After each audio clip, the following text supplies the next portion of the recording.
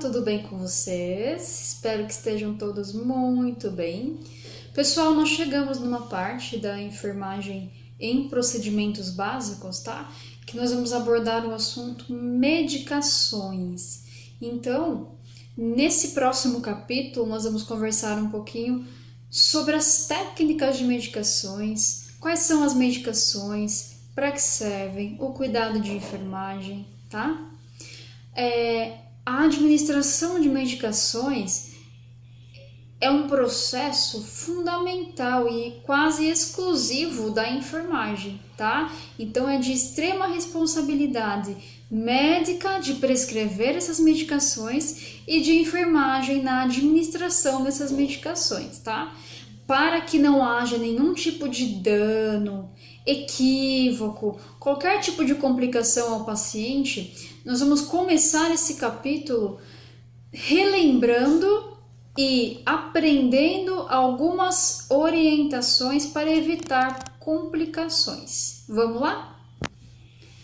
Então, nós temos algumas notas, tá? Que nós vamos comentar. Tem bastante coisa aí, tá? Para poder evitar qualquer tipo de dano, sequela, né? Erro e engano, nós vamos seguir para sempre essa sequência que nós vamos comentar agora, tá? Número 1, não se deve administrar qualquer tipo de medicação se houver dúvida na sua dosagem, tá? Então, vamos dar um exemplo. Se de repente o médico prescreveu, vocês não entenderam a letra, tá? Ou não ficou tão clara a dosagem, não deve se administrar essa medicação se houver dúvida. Qual a conduta a ser tomada? Ir até o médico, tá? Ou a enfermeira e tirar essa dúvida, tudo bem? Terceira conduta, a dosagem medicamentosa de qualquer medicação só pode ser alterada exclusivamente pelo médico, tá? O médico prescreveu 1 ml, eu acho que deve fazer 5, não vai ter problema. Não pode. Exclusivamente médica essa função de alterar a dosagem, tá? Ao administrar qualquer tipo de medicação por via oral, não se deve manipular essa medicação diretamente com as mãos, tá, pessoal? Então, mesmo que seja por via oral, na hora da manipulação, utilizar luvas e copinhos descartáveis para colocar a medicação. Normalmente são aqueles copinhos de café, tá? Somente administrar medicações que estejam prescritas pelo médico, tá? Tem medicações que o enfermeiro pode prescrever, pessoal, aí é uma ressalva, tá? Leiam a prescrição médica com calma e cautela para evitar erros, tá? Sempre que vocês forem administrar qualquer tipo de medicação, não vão pela sua aparência, e sim pelo rótulo, tá? Então, peguem a medicação e leiam o nome, a composição. Por quê? Tem muitas medicações que são parecidas, tá? A aparência é muito igual uma e a outra, então às vezes pode confundir e pode haver algum erro. Sempre que for administrar medicação, leiam a composição e o rótulo. Se porventura essa medicação não tiver rótulo, não tiver bula, ela não deve ser administrada, tá, pessoal? Porque não tem como saber o que é. Então, se por acaso a medicação não estiver com nenhum tipo de descrição, não deve ser administrada. Sempre que vocês forem administrar uma medicação, seja por qualquer via, tá? Tem 3 checagens que vocês devem fazer. Sempre leiam o rótulo no momento da identificação, quando vocês pegarem essa medicação, no momento do preparo e no momento que for administrar no paciente, tá? Porque, de repente, alguém trocou sem querer a medicação, ou vocês mesmos trocaram e não se atentaram, tá? Então, sempre façam essa checagem por 3 vezes. Sempre que vocês forem administrar uma medicação, consultem e confirmem o nome do paciente completo, tá?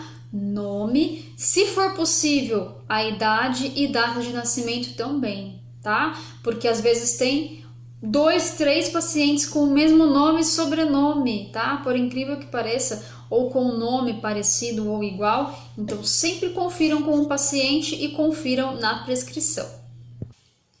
As medicações, né, quando vocês forem preparar, normalmente vocês vão identificar a própria medicação com o nome do paciente, o número do leito e o quarto, para não ter problema, tá?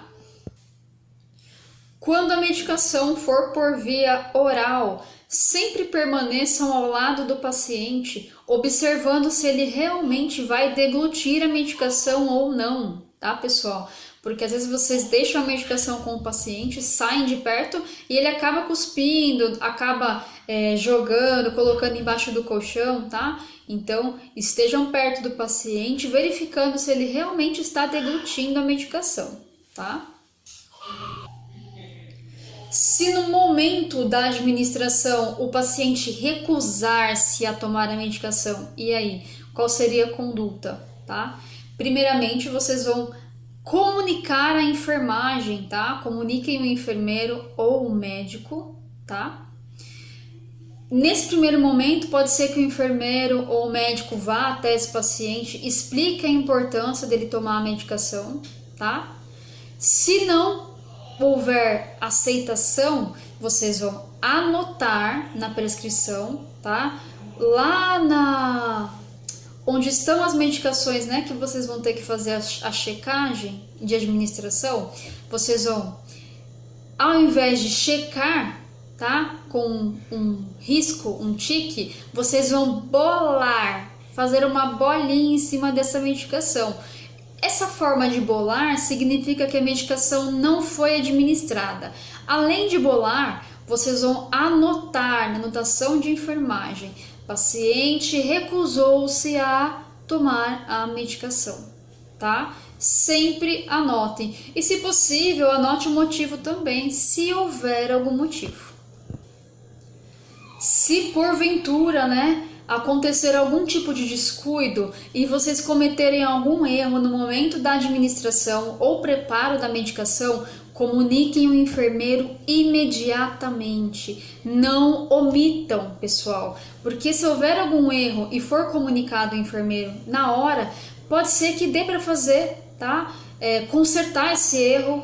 Se for omitido e vocês acabarem deixando, né, não comunicando, vocês podem levar o paciente a complicações ou até a morte desse paciente por uma reação, tá? Ao excesso de dose, de repente, uma reação alérgica. Se for medicação errada, sempre que vocês desconfiarem ou tiverem certeza que houve algum tipo de erro, comuniquem imediatamente ao enfermeiro. Infelizmente acaba acontecendo erro, pessoal, nós somos seres humanos, não deve acontecer, mas se porventura acontecer, não esqueçam de comunicar. Pessoal, nunca, em hipótese alguma, jamais administre medicações preparadas por outros colegas de trabalho, tá? Porque pode ser que o colega tenha tido algum equívoco intencional ou, né, não intencional, errar a medicação, colocar um outro tipo de medicação, outro tipo de dosagem, tá? Então não administre medicações preparadas por outros colegas. Em alguns casos, por exemplo, né, se tiver uma relação de confiança, né, ou se acontecer alguma intercorrência, tá? Então um colega de trabalho precisa sair para o almoço de repente, ele preparou a medicação e você já tem uma relação de trabalho confiável, tudo bem, tá? Exceto em qualquer tipo de situação, até quando é confiável, né? É importante ter essa noção de não administrar, tá, pessoal? Então, uma dica assim para vocês. O que eu faço se o colega já preparou e pediu para eu administrar? Se houver essa reação de confiança que acaba acontecendo na enfermagem, tá? Tudo bem. Se não, vocês preparam novamente a medicação. Descartem essa medicação, tá? Que foi preparada e preparem uma medicação nova. Jamais conversem, se distraem, tá? Durante o preparo da medicação, para não haver nenhum tipo de erro, tá, pessoal? Então, no momento do preparo da medicação, procurem estar 100% presente e atentos. Estejam atentos sempre aos 5 acertos da medicação. Quais são esses 5 acertos? Paciente certo, para isso tem que ter a conferência do nome, data de nascimento, idade do paciente, leito e quarto. 2. Horário da medicação correto, tá? A medicação, ela tem um pico de ação, então no momento em que ela é administrada, tem que estar no horário correto, porque o pico de ação dela tem que ser no mesmo horário, e se porventura a ação estiver diminuída e houver atrasos no horário da medicação, pode piorar, tá? A patologia dessa pessoa, a dor pode aumentar. Então sempre manter a medicação no mesmo horário, tá, pessoal? Para poder ter esse controle rigoroso do horário. 3. Medicamento certo. Sempre fazer a conferência, tá, pessoal? Conferir o rótulo no momento em que vocês pegarem, no momento em que vocês prepararem e no momento em que vocês administrarem a medicação. 4. Dosagem certa. Sempre conferir a dosagem. Para isso vocês vão precisar da aula de farmacologia, tá? Para poder fazer o cálculo das medicações correto. Então, prestar atenção na miligramagem, na quantidade de ml, se forem gotas, sempre se atentar à dosagem da medicação para não fazer dosagem principalmente a mais, tá? E o 5, né? O 5º certo é a via de administração correta, tá? Para não ter erro. Administrar uma medicação intramuscular por via oral, administrar uma medicação por via oral na veia. Então, para não ter esse tipo de erro, sempre conferir a via de administração. Tudo bem? Esses são os 5 certos. Paciente certo, horário certo, medicação correta, via de administração correta e a dosagem correta. Sempre que houver necessidade de agitar um frasco de medicação, nunca agitem dessa forma aqui, sempre em movimentos circulares, tá? Nunca assim, sempre assim. Porque essa medicação ela pode precipitar, pode causar algum tipo de reação, tá? E alterar a composição dela. Então, sempre lembrar de não agitar as medicações, tá? Medicações que são em gotas por via ocular, via nasal, auricular, o ideal é que sejam de uso individual, tá, pessoal? Ou seja, uma medicação para cada paciente e não compartilhar. Sempre evitando que o conta-gotas encoste na mucosa do paciente. Então, se for colocar no nariz, evitar esse contato direto, tá? Com a mucosa, nos olhos também, sempre pingando, nunca encostando na mucosa, tá? Tem algumas medicações, por exemplo, colírios que são anestésicos, analgésicos, que não são de uso individual, né? Por questão de valores, né? Normalmente vai de 1 a 2 gotas e o frasco vem, né? Com 3, 5 ml. Então, sempre que vocês forem utilizar, vocês vão acabar utilizando em mais pacientes, tá? Então, não se deve encostar na mucosa do paciente, nesse caso, né? Se possível, permanecer no uso individual, né? Utilizou no paciente, vai descartar o frasco inteiro da medicação. Esse é o correto, tá, pessoal? Mas, infelizmente, em algumas instituições não é dessa forma. Então, evitem entrar em contato com as mucosas, tá? Para evitar qualquer tipo de infecção, de patologia que seja contagiosa. Toda medicação que for por via parenteral, né, endovenosa, que for na veia, deve ser rigorosamente realizada uma antisepsia do local com álcool 70, tá? Então, sempre que for fazer uma medicação na veia, vai fazer a antisepsia com álcool 70, algodão e álcool 70, tá? Sempre que for fazer medicação intramuscular, no músculo, Lembrando que a angulação da agulha tem que ser 90 graus. Como que é 90 graus? Sempre reto, né? Então vamos supor que vai fazendo o músculo deltoide aqui do braço, né? Com a agulha reta. Nunca para cima, nem para baixo, tá? Nem para o lado. Sempre na angulação de 90 graus, tá? Medicações subcutâneas, sempre em angulação de 45 graus, tá? Por quê? A medicação subcutânea, nós vamos ver um pouquinho mais para frente, né? Ela é realizada em tecido que há gordura, tá? Exemplo, administração de insulina, de anticoagulante. Então, a angulação da agulha tem que ser 45 graus. E o formato da agulha também muda, o tamanho da agulha também muda para cada tipo de medicação e tipo de via de administração, tá? Então, essa agulha subcutânea, ela é bem menor do que a intramuscular, por exemplo, né? Porque não vai precisar de uma profundidade maior. Como a intramuscular vai atingir o músculo, vai precisar de uma profundidade, portanto a agulha ela é maior. Nesse caso da subcutânea, a agulha é menor e 45 graus. E toda medicação que for por via intradérmica, tá? São poucas medicações, né, que são conhecidas por via intradérmica.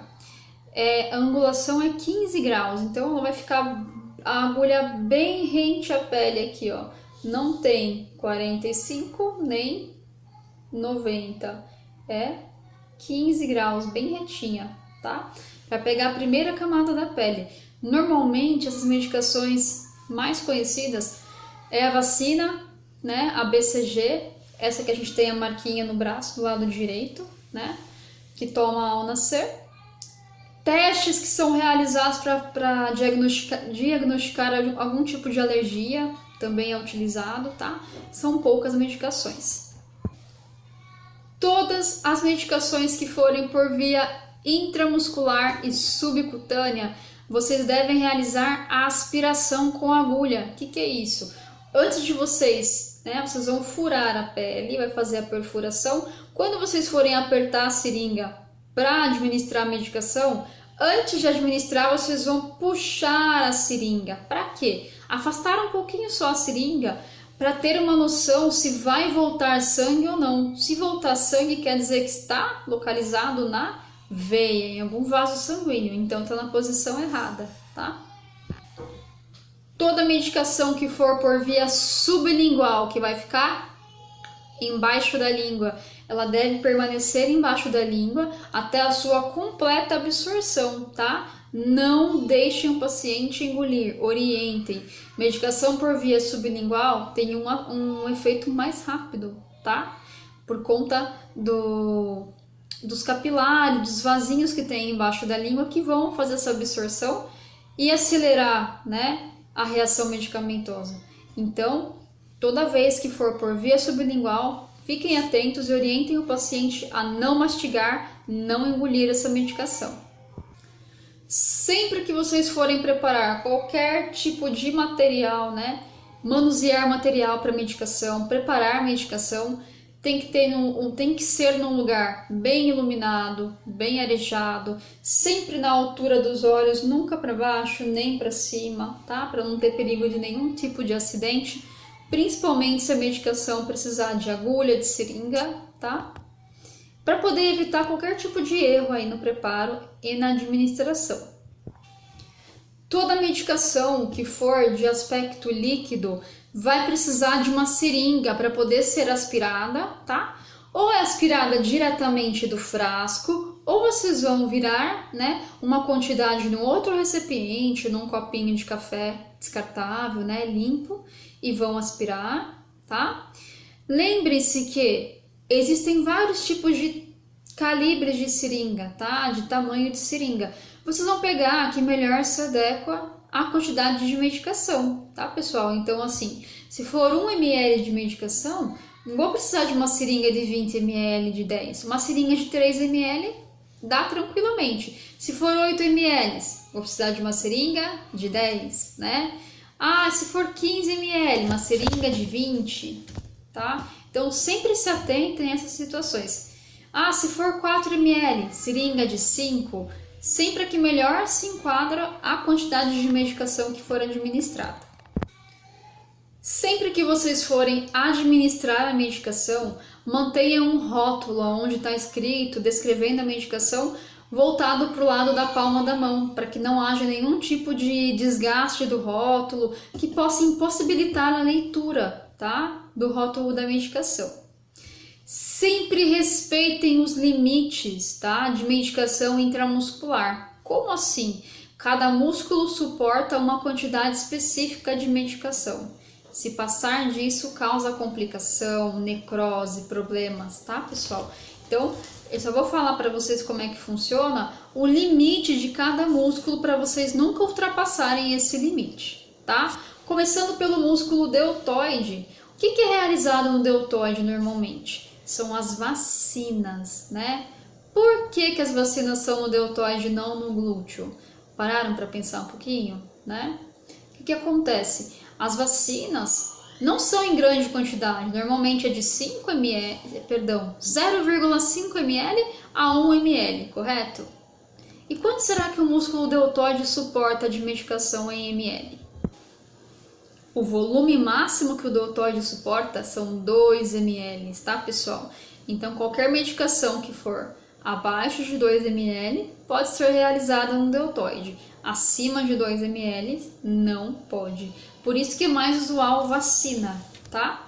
O glúteo, que é um outro músculo muito usual para medicações, ele suporta até 5 ml, tá? Ah, professora, e se for 10 ml a prescrição? Vai fazer 5 ml em cada glúteo, tá? Então, de repente, o médico ele passa mais de uma medicação e o total, né, daria 8 ml. Então, vocês vão fazer no máximo 4 ml num glúteo e depois 4 ml no outro, tá?